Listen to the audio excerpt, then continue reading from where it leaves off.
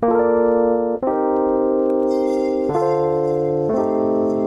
is the G Podcast with your host, Tonya B.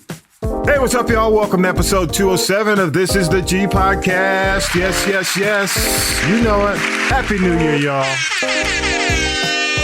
I'm Tonya B. Welcome to our first taping of 2024. Each week we do news, politics, pop culture, that piping hot tea from the one and only Tonya B. If I and Tonya B join me in the discussion of what Katt Williams told Shannon Sharpe on Club Shay Shay, got all y'all shook, which is now well over 18 million views. Wow. Tonya B has your tea, but let's go ahead and get it started with news from Syracuse. Mike, what you got, man? News team, assemble!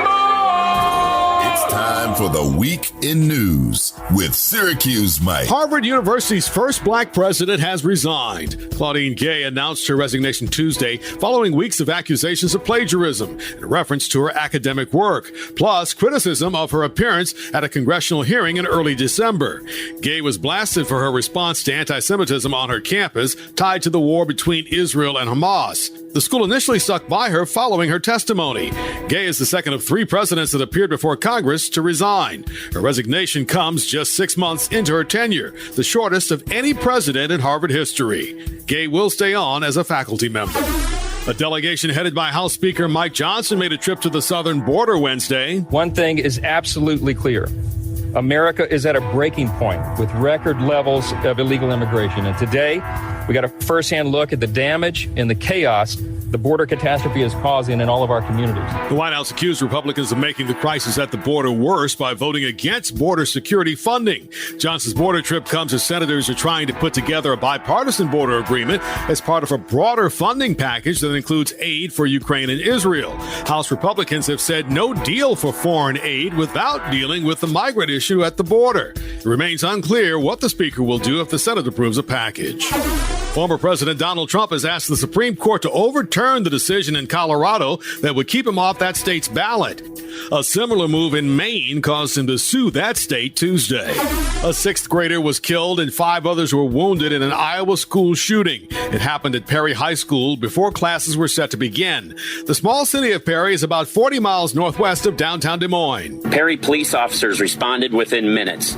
They immediately made entry and witnessed students and faculty either sheltering in place or running from the school. Once inside, they located multiple individuals with gunshot wounds. Officers immediately attempted to locate the source of the threat and quickly found what appeared to be the shooter with a self-inflicted gunshot wound. The shooter has been identified as a 17-year-old, and as you just heard from the Iowa Division of Criminal Investigations' Mitch Mordvid, the teen reportedly took his own life. We also understand that an explosive device was later discovered in the school. A commuter train rear-ended an out-of-service train in New York City, leading to a derailment on the Upper West Side. At least 24 people suffered minor injuries. 300 people had to be evacuated off the train that derailed, and another 300 to 400 had to be evacuated off of a train behind the collided trains. Several subway lines faced a major disruption before the Friday morning rush hour. Hey, what's up, y'all? Thanks for the headlines, Mike. Happy New Year, everybody. Yeah, the Newsmaker crew is back. Yes. Talib is still on vacation. Hell, I might be still on vacation. I feel like I am. And the one and only country commentator is here. Y'all give it up for Vi in the building. I can no longer call him the Golden Bachelor because he is, basically I was told not to call him that. I guess that, that's kind of a compliment, by your 30-something. Your 30-something set. Anyway. Don't be hating on me. Why y'all hating on me? All right, y'all, man. So much happened this week, but we're, really and truly, man, and you and I, we've been talking all week. We always talk in the text crew and, stay connected like that. And, so New Year's Eve, set this up. I'm watching, because, New Year's Eve, man, I used to go out and party. I don't do that anymore, man. It's kind of crazy out there. But I'm sitting back and I'm checking out Dave Chappelle, right? The Dreamer, okay? So when I'm watching this, I'm thinking, oh, damn, this is going to be the biggest comedy thing that we're going to be talking about. right? Because he's attacking people. And I'm thinking, oh, damn, you know, he going after Lil Nas X, he's going after the trans community. I'm thinking this is going to be it. This is going to be the biggest thing. Little did I know this Katt Williams thing is going to happen. Because since the Katt Williams thing has happened, not a peep. Have you heard anybody talking about the Dave Chappelle special? He killed it. Hey, if I had saw it on Netflix, I wouldn't even know what it was on. Right. I'm like, I think Dave Chappelle thought he had it to himself. And Katt Williams, Club Shay Shay has obliterated every comedy special. Yes, they have. 18 million views, man. As of, you know, before I checked on the podcast, on YouTube, 18 million? Black people like dirt. Wow. We like dirt. We like dirt. And some of the biggest stuff, just to kind of, for those who may have been under a rock, not paying attention, many claims were made. But 4 of the claims have really been huge and under dispute. One being the Friday After Next and the rape scene. And he's saying, you know, basically, you know, he's saying Money Mike, his character, he fought to have that changed, you know, based on the fact that he felt that rape in a movie like that, or any kind of movie, or definitely a comedy, is not funny. And it shouldn't be made fun of. So, and Ice Cube came on to kind of corroborate his story on the fact that he was instrumental in making that change in the movie. The second claim is that Ricky Smiley lied about how he got the Santa Claus role. The third claim is that Cedric the Entertainer stole a joke from him. And then, you know, of course, the fourth claim is that Steve Harvey stole his story about being homeless. But there's so much, man. I mean, you talk about Ludacris was in the mix when he referred to Luda as the Illuminati, the Kevin Hart. He went after Kevin Hart, you know, as a plant in the industry.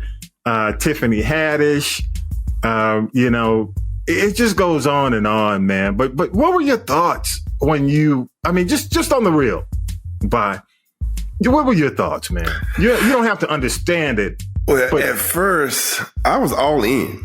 I said, this dude, because you've heard the rumors before. Yeah. Maybe he's speaking fact. But the next day, I found out he's on tour. So that just made me go, well, I don't know what to believe now. Maybe now, if he did it's brilliant. Is that what he do for tour? Because everybody going to want to go see him on tour just to see what he had to say anymore.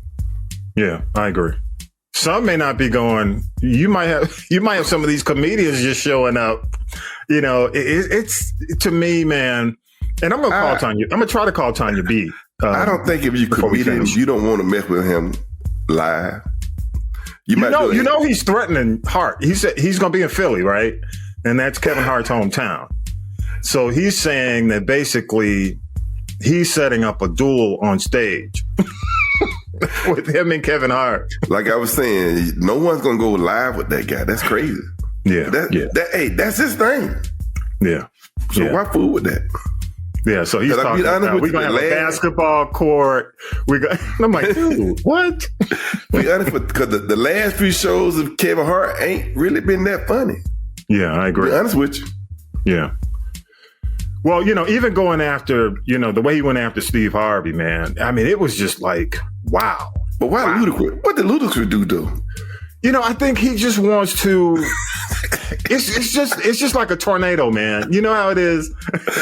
I'm like Ludacris. You know, Ludacris said, "I'm a rapper. I'm not a comedian."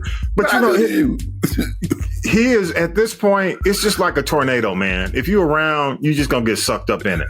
And I think the way he looks at it as, because what he was saying was, he's kind of like everybody. You know, all these conspiracy theorists have this cabal. And all these people have made deals, these secret deals, and you know, they all know each other. That's what he was going after when he was mentioning all these names. But it's amazing because, you know, I came up and I used to book a lot of these guys because I did Atlanta. I was doing Atlanta, you know, morning radio. So a lot of these guys came in and I was a producer. So I would have to call them and deal with it. And you know what, for me, being in that and dealing with them in the 90s, kind of late 80s into the 90s, mid 90s.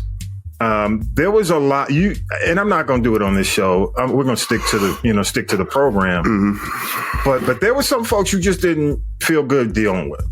Some of them were just assholes, but there were a lot of them who were just great people. I mean, he mentioned D.L. Hughley, and I have to agree, man. One of the easiest guys. He didn't say anything bad about D.L. He said, he said, nobody talk about D.L. D.L.'s great. Nobody talk about him.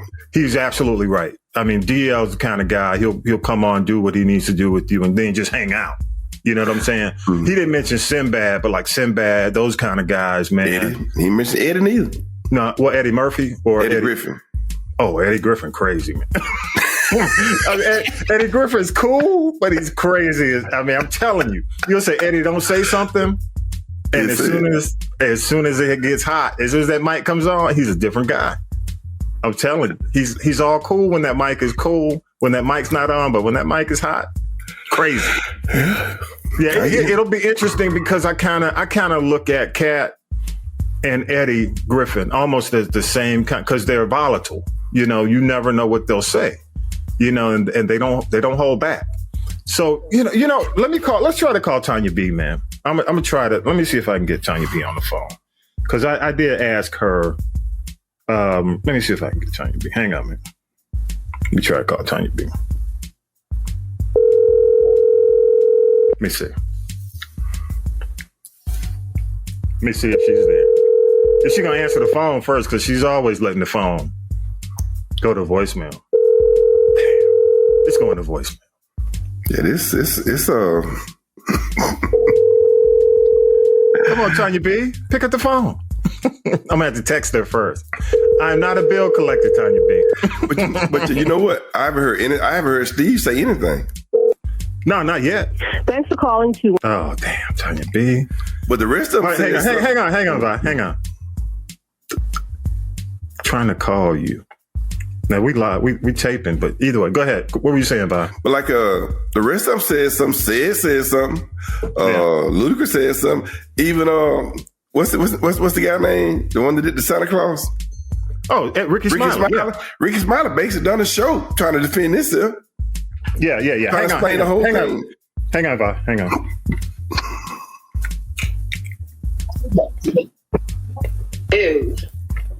All right, let me see. Tonya B.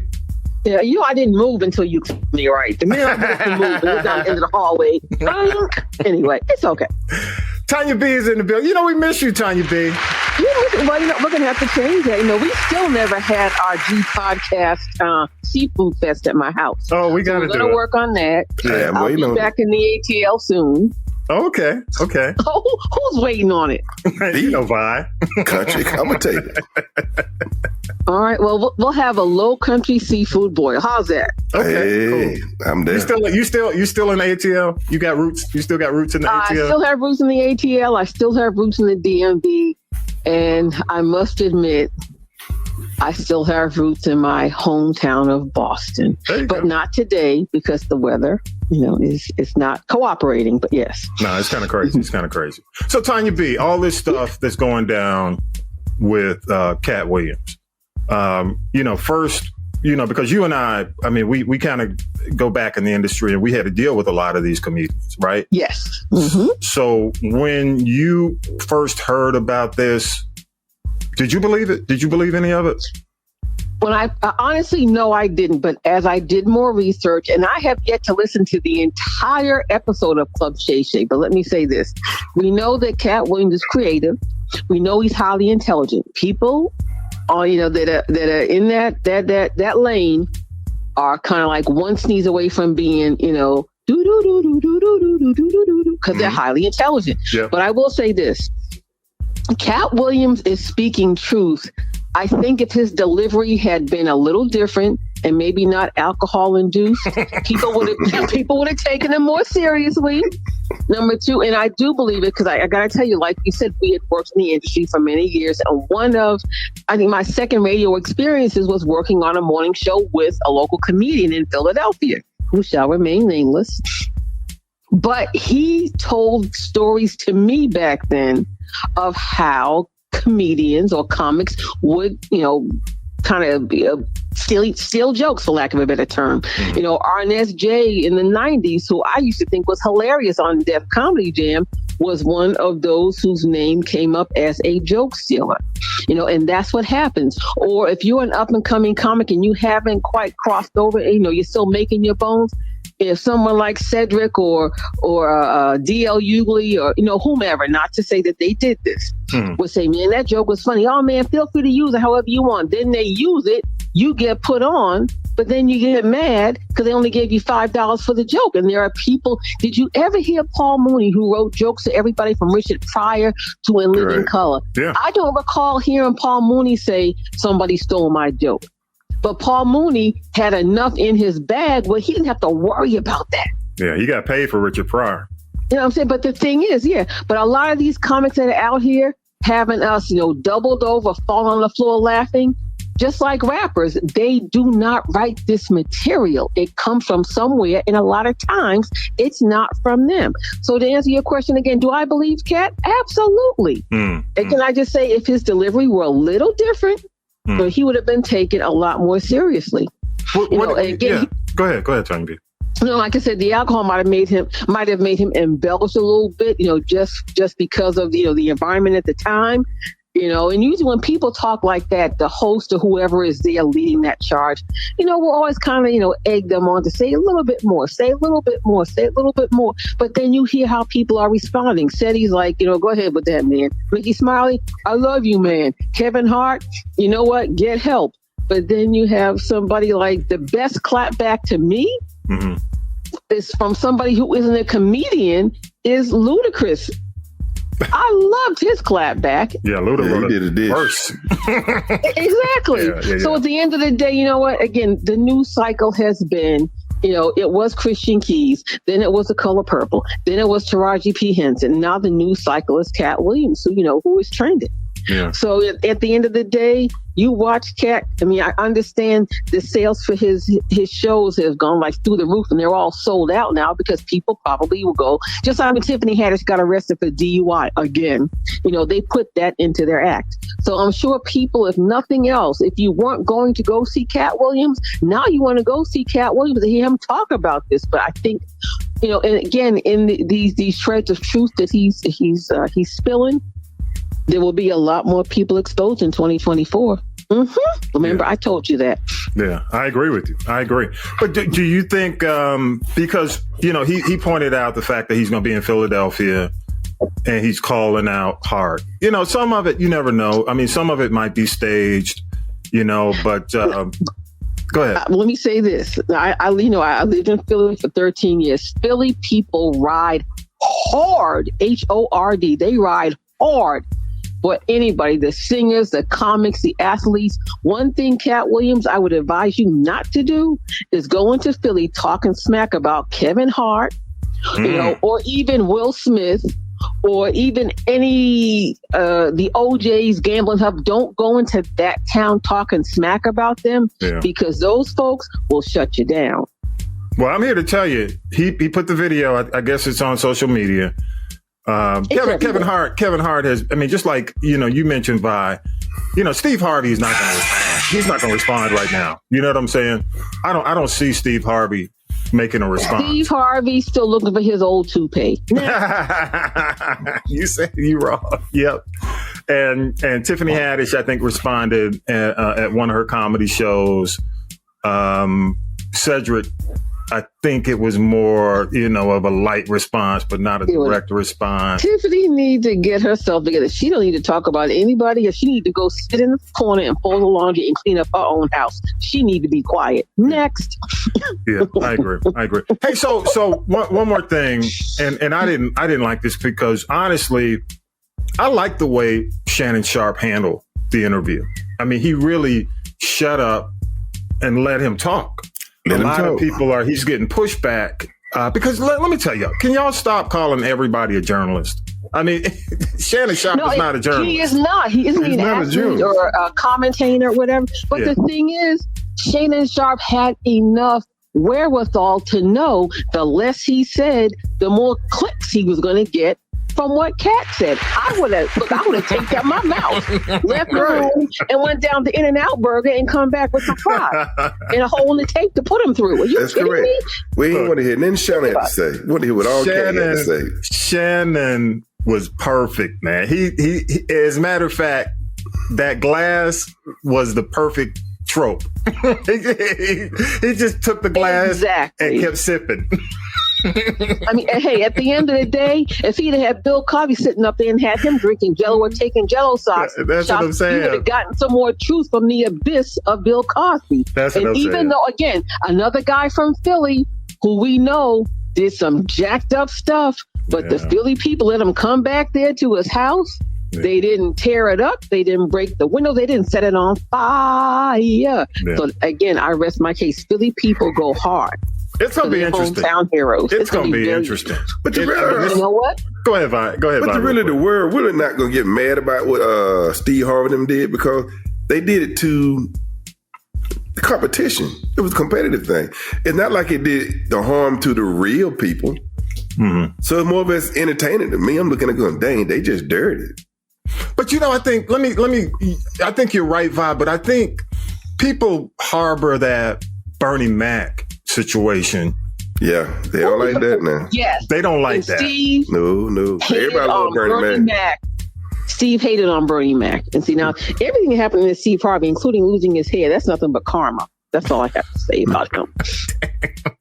But I think everybody knew about Bernie. I think everybody knows Steve and Bernie had a thing, didn't like each other. That's been out for a while. No, but Steve started it. Yeah. And Steve was jealous of Bernie, and Steve was mad because Bernie didn't bring him into the Ocean's 11, 12, 13, 14, 15 club. That's what that's about. Yeah, Bernie barely got in. Bernie Mac didn't owe him it. Bernie Mac didn't owe him nothing, as Bernie. He didn't owe him nothing, as Bernie Mac says. Yeah. Come on. I agree. And that's what I think that's where people drew the line. I think the whole Bernie Mac situation has been just simmering over the years. That's one thing that I think people, you're right, Vi. When it's just competition among the living, comedians, it's kind of entertainment. But the whole Bernie Mac thing, man, black culture takes that seriously, man. It's like, look, a lot of you stabbed them in the back. A lot of people take the Bernie Mac thing, because Bernie's gone. Yeah, that's what I mean. Yeah, exactly. He's gone. So exactly. They really gonna take. You can't say anything bad about that. But everybody loved Bernie. Because everybody felt like Bernie was real. Mm-hmm. He was real. Everybody felt like Bernie was real. We felt like he was one of us. Mm-hmm. People don't feel like Steve is one of us no more. We don't look like Steve is one of us no more. Yeah. I don't want to be one of him, but think about it. Bernie Mac did not have all the scandal and the BS and all the brouhaha and the thought popping stepchildren, that Steve Harvey has. Let's call a thing a thing. As people started shutting down for two reasons to Steve Harvey, and I'm not saying there's more to it than we probably know. One was Bernie Mac. The second was the way that he did his second wife, Mary Harvey. And even Tony Rock said it best. How is somebody who's on his third wife going to give you advice about anything in life? Why don't we go talk to Cedric and DL, who've been married for 25 years to the same women? How about we go talk to Jack? You can go talk to Nick Ashford and Simpson from the grave. They stayed together. Heck, even through all of that mess, Bill and Camille, they could tell you what not to do. But I'm going to take advice from Steve Harvey. Child, please. Bye. Go sit in the corner. And see, Tonya, I agree with you that. I keep saying the same thing. I said, this man been married 3 times. How he going to give you advice on how to be married? I just don't understand that. Well, he's got experience.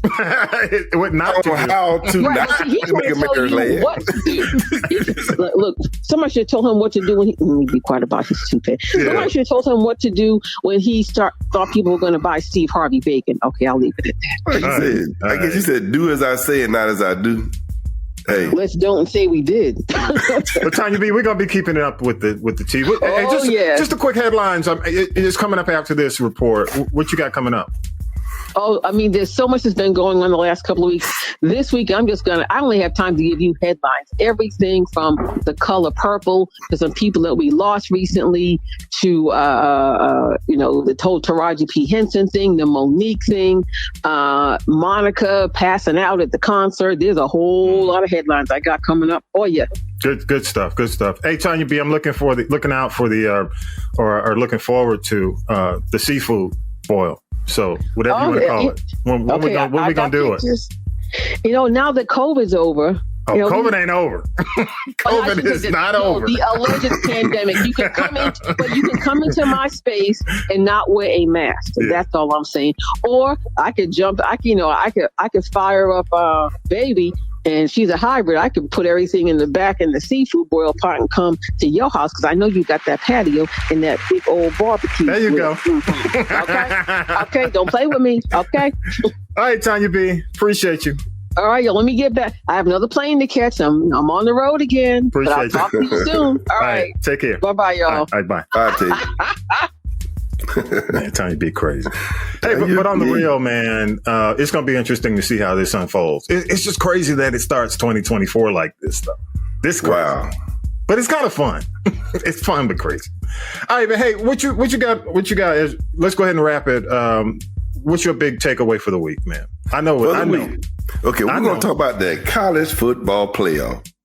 Now, I know the world is happy that the SEC is finally out of it. So we're at peace with that. Enjoy your moment. But we all know who really got the best team.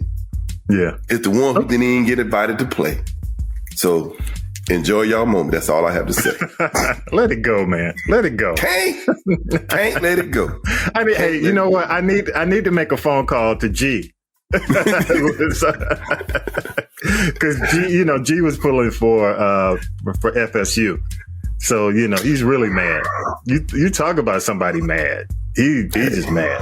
But, so who you think's going to win for who? To be honest with you, this one, I really don't know because Michigan didn't look good against Alabama. Okay. And I just worry about, can Washington keep it up?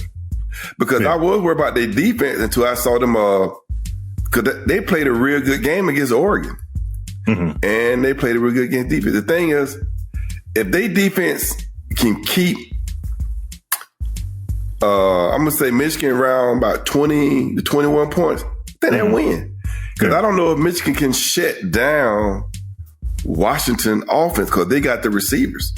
Okay. And the quarterback. If Washington line can live up to what everybody said it, because they did get voted the best offensive line in the country.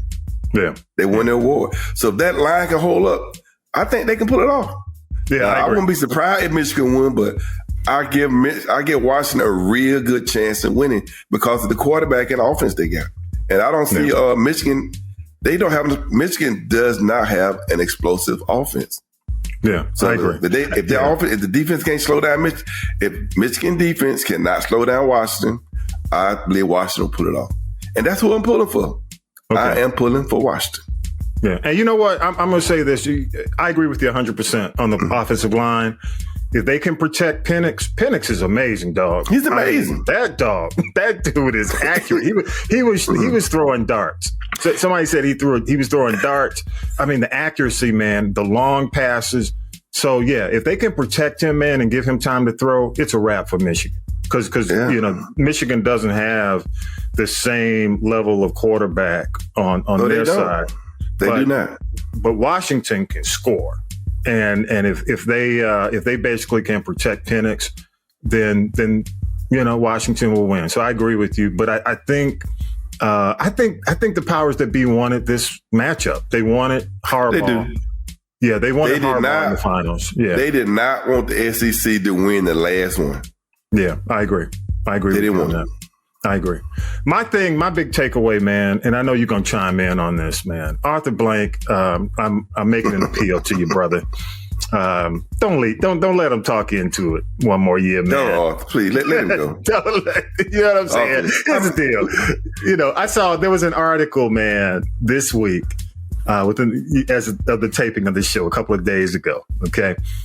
That said that he deserves another chance because of the quarterback play. And I said to that article, I said, yeah, that's the look I had too. All right. So basically what you're saying is because of the quarterback play, he deserves one more year to get it right. But I have to say this. He chose Mariota. Thank you. He chose Mariota. He went after, it was his choice. They decided to get Ritter in the draft. It was a joint decision, I would imagine. That's not all on Fontenot. And also, they made the decision to go after Heineke. So my thing is, why are you going to give him another chance? These were his. It wasn't like he didn't inherit these three choices. I mean, I know about the salary cap from Matt Ryan. Okay, we know about all that, but we got beyond that. This was the third year was the year to do better, and it's coming out looking like the worst year in terms of improvement. I don't think there is any improvement. So Arthur Blank, my appeal to you, Mr. Blank, sir, don't give in. Let him go. Make the change. Let him go. Even if, we could go into ESPN right now and just talk about the fact that the defensive coordinator might make a better head coach and just hire a new, offense coordinator. And, we could do all that. But, just let him go and figure it out. Go. Yeah. He made every choice you right. He made the choice not to draft Justin Fields. He made the choice to draft Pitts. Yeah. He made the choice to draft Drake. All his draft choices, they're good draft choices, but they could have been so much better. Drake was not the best wide receiver in the draft. Why did we choose Drake? He was not. I agree. Pitts, a tight end. No one chooses a tight end that high. Yeah. Unless he's something special. Pitts is going to be good, but he ain't special. No, he's not. And we didn't need a running back this year. We were loaded in the back by drafting a running back. Our next best weapon didn't get used this year. The Joker. Yeah. That was a joke. Y'all made him a joker and made him a joke and then play him harder none this season. So yes, he made all those choices. Let him live up to them. I agree. Fire him. Yeah. Thank you, sir, for your time. But no, we gave. And he's a billionaire, y'all. He's from a billionaire family. He's cool. He's gonna be all right. He's gonna get another gig quick. Even if he pays for a gig.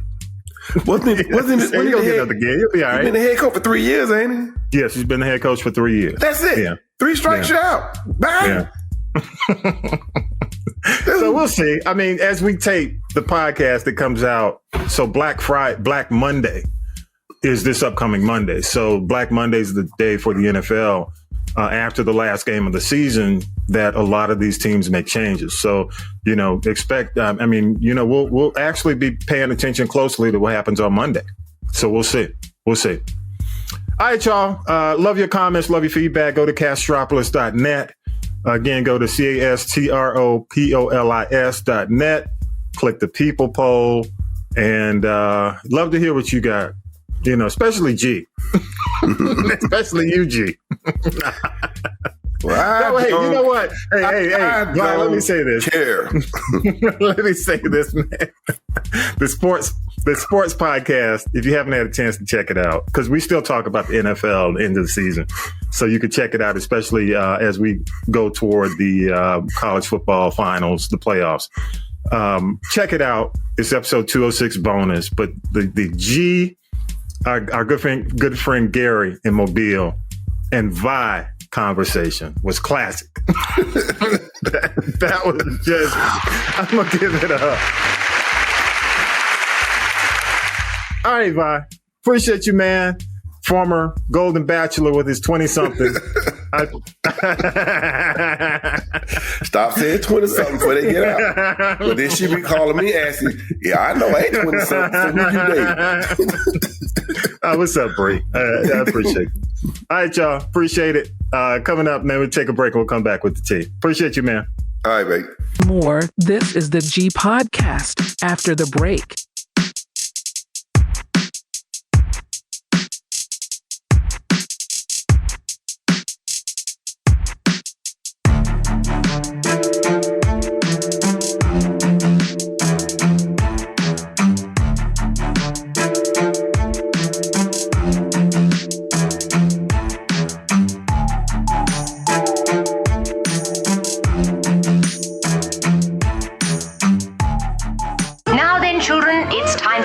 It's tea time, y'all. Sipping the tea with Tonya B. Hey, my people. It's your girl, Tonya B, coming to you from somewhere in America. Happy 2024. We can expect so much more. I know I do. And I've got so much to tell you. The last couple of weeks in entertainment news have been something else. Let's just get right to it. I'm going to give you entertainment headlines. I can't get to everything, but I'm surely going to try.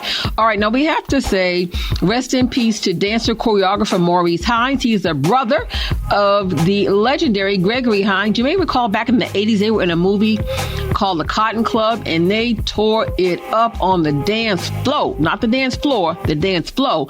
We also lost actor and singer David Soul. If you're a person of a certain age, you remember the 70s show Starsky and Hutch with Antonio Fargas, their informant, Huggy Bear. Also want to send out get well wishes to the legendary, he a legend already, Kid Capri. He kept his cancer battle very quiet, but has now gone public, saying he is now entering this year cancer-free. So prayers up to Kid Capri. All right, let's get to some more headlines. The color purple. Yes, it made some money. Fantasia Barrino named buzzing for awards, namely People's Choice. Taraji talking about the lack of fair play, but she talking too much. You need to be quiet, young lady, before you become the next Monique. The soundtrack is pretty doggone good. There are no feuds, allegedly, but this movie cost over $100 million to make. It the first day, Christmas Day, it took in $18 million, but now to date, it's only taken in $44 million. Great-grandmother, yes, I said great-grandmother, in 2024 Rock and Roll Hall of Fame inductee Shaka Khan, she said she's going to retire from touring. She'll do a show here and there. That's about it. Kirk Franklin and his son Carry On, they are at it again. This child, I swear, he's got some mental health challenges, but he wants to live his own fantasy life. So Carry On, go on and do just that. Keke Palmer says in the midst of all the mess with her unemployed baby daddy, restraining orders and everything else, she said, I don't hate women, I date women. You figure that out. Figure that out for yourself. Mariah Carey and backup dancer Brian Tanaka have split. Word from the Curb is he wanted kids. She was like, not interested. Story of the week, Katt Williams going ham about other comics, stealing jokes, and a lot of other things. The best clap back to me was from Ludacris with his awesome freestyle. Other comics replied with a range of things from I got nothing but love for you, baby, to get some mental health, Katt Williams. Vin Diesel and Jermaine Jackson both charged with sexual assault. Well, Jermaine broke, so whoever's suing him ain't gonna get any money. Tiny and T.I. being sued again, this time by a woman who claims that she was drugged and sexually assaulted by the two with bare feet. Girlfriend, if you were drugged, how you know what was going on? Okay, child, I don't make news, I just report it. Names have been revealed on the Jeffrey Epstein list, y'all. Bill Clinton, Prince Andrew, not a shocker. Naomi Campbell probably just wanted to go party, and Michael Jackson went there, but maybe the people he was looking for weren't there. You fill that one in for yourself. Toni Braxton and Birdman, despite rumors and stories, say they are not married. It's okay, we don't mind. Cardi B and Offset did not break up again. We're sick of their stunting. Y'all go over there, sit down, and fold the laundry with Nick Cannon, Neo, and R. Kelly. We're tired of it. Singer Monica, despite what you may have heard, she's not married, but she did collapse at a concert last week. At the young age of 43, she's battling chronic high blood pressure, heart issues, and probably man stress issues. He did lose a gig in the Marvel movie universe, but I'm hearing that the replacement for the disgraced Jonathan Major may be Coleman Domingo. You know, he played Mr. in the Color Purple movie musical. 2024 Grammy Lifetime Achievement Awards. All I can say in the words of CeCe Peniston is finally NWA, Gladys Knight, the legendary gospel singing Clark sisters, and disco queen Donna Summer will get their flowers next month. Apparently, singer Lizzo has jumped on a boatload of weight loss drugs, much like Kelly Clarkson, Don Lemon, Anthony Anderson. You know, they taking the Ozempic. But I'm hearing that she is down 100 pounds and launching a line of activewear. Are you ready for Snoop Dogg back on the small screen? January 26th, his movie, The Underdogs, comes to Amazon. It's about an NFL player who falls from grace and has to coach a Pee-wee football team to avoid going to jail. And lastly, please don't mess with Katherine Jackson. Michael Jackson's mom is suing her late son's estate for over $500,000 to cover legal bills while she was battling the estate executors about lucrative business deals. She may be 93. Some say she had a stroke or two, but don't play with Miss Jackson if you're nasty. I'm just saying she's just trying to increase the worth of Michael Jackson's estate. Now, before Michael closed his eyes, he did make sure his kids and his mama were financially stable, not his siblings, no other family members. I guess he did the Janet, Miss Jackson if you're nasty, before Janet did it. That's all I got. Ain't got no more. Again, this is your girl, Tonya B, and this is the G Podcast. Check us out every day on YouTube. We're on demand. I'm telling you, it is everything. And don't forget, the Birdwire is still on Castropolis.net on demand. And again, I say, welcome to 2024. Hey, Tommy B. Hey, country commentator vibe. All right, y'all, that's all I got. Let me get back out here in these streets and get some more news for you. I'll see you next week.